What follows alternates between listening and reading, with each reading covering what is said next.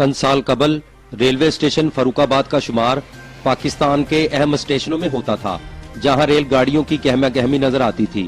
لاہور سے فیصل آباد اور ملک کے دیگر شہروں کو جانے والی گزرگاہ آج بھوت بنگلے کا منظر پیش کر رہی ہے۔ شہریوں کا کہنا تھا محکمہ ریلوے کی طرف سے فاروقآباد سے بیرون شہر سفر کرنے کے لیے صرف 2 ٹرینیں سرگودا اور بدر ایکسپریس ہی چلتی ہیں، باقی تمام قدیمی ٹرینیں بند کر دی گئی ہیں۔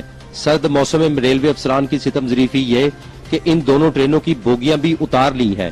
بوگیوں کی تعداد 10 سے کم کر کے 3 کر دی گئی ہے، جس کے باعث طلبہ اور ملازمت پیشہ افراد گاڑی کی چھت یا انجن پر پرخطر سفر کرنے پر مجبور ہیں۔